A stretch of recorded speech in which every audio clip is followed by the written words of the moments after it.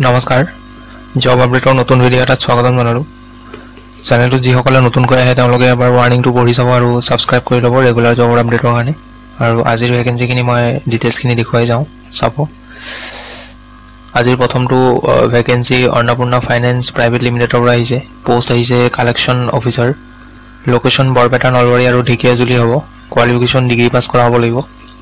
লগতে 2 to 4 ইয়াৰ্ছৰ experience হ'ব লাগিব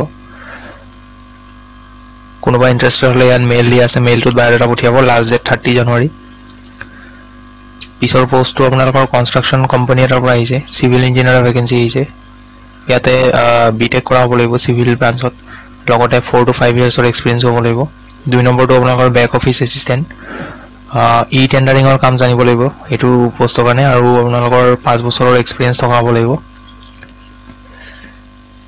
পিছৰটো একাউন্টেন্টৰ পোষ্ট হয় বিকম গ্ৰেজুৱেচন কৰা হ'ব লাগিব আৰু 3 to 5 ইয়াৰ্ছৰ এক্সপিৰিয়েন্স হ'ব লাগিব GST and accounting related location হ'ব আপোনালোকৰ গুৱাহাটী উলুবাৰী কোনোবা ইন্টাৰেস্টেড হলে ইয়াতে কন্টাক্ট নম্বৰ দিয়া আছে কন্টাক্ট কৰি ল'ব পিছৰ পোষ্টটো পদ্দাৰ টয়োটা এণ্ড পদ্দাৰ মহিন্দ্ৰাৰ পৰা আহিছে সেলছ কনসালটেন্টৰ ভেকেন্সি লোকেশ্যন মাছখোৱা বৰাগাঁও গুৱাহাটী মাছখোৱা আৰু বৰাগাঁও দুটা লোকেশ্যন হয় গুৱাহাটীৰ ৰিকোয়াৰমেন্টত আপোনালোকৰ মিনিমাম 1 ইয়াৰৰ এক্সপিৰিয়েন্স লাগিব সেলছত কাম কৰা আৰু excellent communication and interpersonal skill ability to meet sales target and deliver exceptional customer service interested হলে দুটা মেইল দি আছে বায়োডাটা পঠিয়াই দিব লাষ্ট ডেট 28 জানুৱাৰী পিছৰ পোষ্টটো হ'ব আপোনালোকৰ সেলছ অফিচাৰৰ পোষ্ট হয় লোকেশ্যন গুৱাহাটী লজিষ্টিক কোম্পানী হয়তো এক্সপিৰিয়েন্স আৰু ফ্ৰেছাৰ এপ্লাই কৰিব পাৰে ইয়াতে ফ্ৰেছাৰো এপ্লাই কৰিব পাৰিব এইটো মেইলত বায়োডাটা পঠিয়াব আৰু লাষ্ট ডেট 29 জানুৱাৰী ইয়াৰে কোৱালিফিকেশ্যন বুলি ক'লে আপোনালোকৰ ডিগ্ৰী পাছ যদি হয় তেতিয়াহলে এপ্লাই কৰিব হাই সেকেন্ডাৰী পাছ বিলাকে এপ্লাই কৰি চাব পাৰে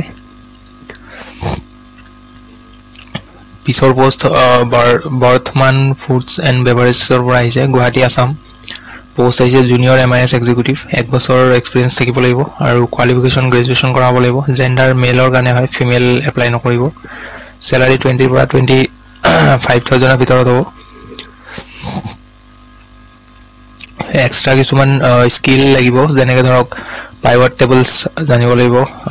কন্ডিশনিং ফৰমেটিং এইবোৰ জানিব লাগিব এক্সেলত তাৰ লগতে আৰু কিছুমান পইণ্ট দিয়া আছে এইবোৰ পঢ়ি চাব যদি কোনোবা এপ্লাই কৰে এটো মেইল দি আছে মেইলত বায়োডাটা পঠিয়াই দিব লাষ্ট ডেট 30 জানুৱাৰী হয় পিছৰ পোষ্টটো এইচডিএফসি বেংকৰ পৰা আহিছে আৰবিবি পাৰ্সোনাল বেংকাৰৰ ভেকেন্সি লোকেশ্যন গুৱাহাটী ডিব্ৰুগড় আৰু বিজয়নগৰ এটো বিজয়নগৰ হয় স্পেলিং মিস্টেক হৈ আছে work experience more than 3 years banking sales আৰু qualification degree pass কৰা হ'ব লাগিব দুই নম্বৰ ভেকেন্সিটো কাস্টমাৰ কেয়াৰ এক্সিকিউটিভৰ vacancy location Agartala branch Lal Ganesh Guwahati Barpeta town আৰু বিজয়নগৰ এটোৰ কাৰণে work experience 1 to 3 ইয়াৰ্ছৰ হ'ব লাগিব যদি বেংকিং সেক্টৰত এক্সপিৰিয়েন্স আছে প্ৰিফাৰেন্স দিব কোৱালিফিকেশ্যন ডিগ্ৰী পাছ কৰা হ'ব লাগিব যিকোনো ষ্ট্ৰীমত ইন্টাৰেস্টেড হলে মেইল দি আছে মেইলত বায়োডাটা পঠিয়াব লাষ্ট ডেট আপোনালোকৰ 29 জানুৱাৰী আৰু local candidates will be preferred কোনোবা লোকেল ক্যান্ডিডেটে যদি এপ্লাই কৰে তেওঁলোকক আগতে প্ৰিফাৰেন্স দিব পিছৰ পোষ্ট আপোনালোকৰ গ্ৰীণ স্কুল ইন্টাৰনেশ্যনেলৰ পৰা আহিছে teachers with BEd can apply PGT টিচাৰৰ কাৰণে আপোনালোকৰ subject commerce physical education biology psychology history আৰু সোশিয়োলজিৰ কাৰণে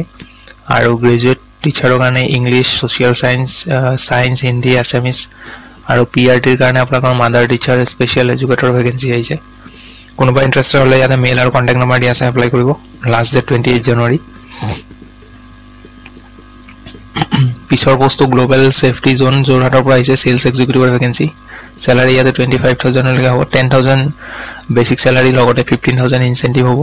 লোকেশ্যন হ'ব তেওক যোৰহাট কন্টাক্ট নম্বৰ আৰু মেইল দি আছে এপ্লাই কৰি ল'ব লাষ্ট ডেট 28 জানুৱাৰী পিছৰ পোষ্টটো এনআইসিএবি এডুকেশ্যন হাতীগাঁও গুৱাহাটীৰ পৰা আহিছে অফিচ এছিষ্টেণ্টৰ ভেকেন্সি ফিমেলৰ কাৰণে হয় কোৱালিফিকেশ্যন ডিগ্ৰী পাছ কৰা হ'ব লাগিব ইন্টাৰেস্টেড হলে মোৰ কন্টাক্ট নম্বৰটো কন্টাক্ট কৰি ল'ব লাষ্ট ডেট 29 জানুৱাৰী এখিনি আছিল আজি দিনটোৰ ভেকেন্সিৰ আপডেট গোটেইখিনি মই আপোনালোকক দিলো ভিডিঅ'টো ভাল পালে লাইক এটা কৰি দিব আৰু লগ পাম পুনৰ এটা নতুন ভিডিঅ'ত নতুন জব লৈ আহিম আজিলৈ ধন্যবাদ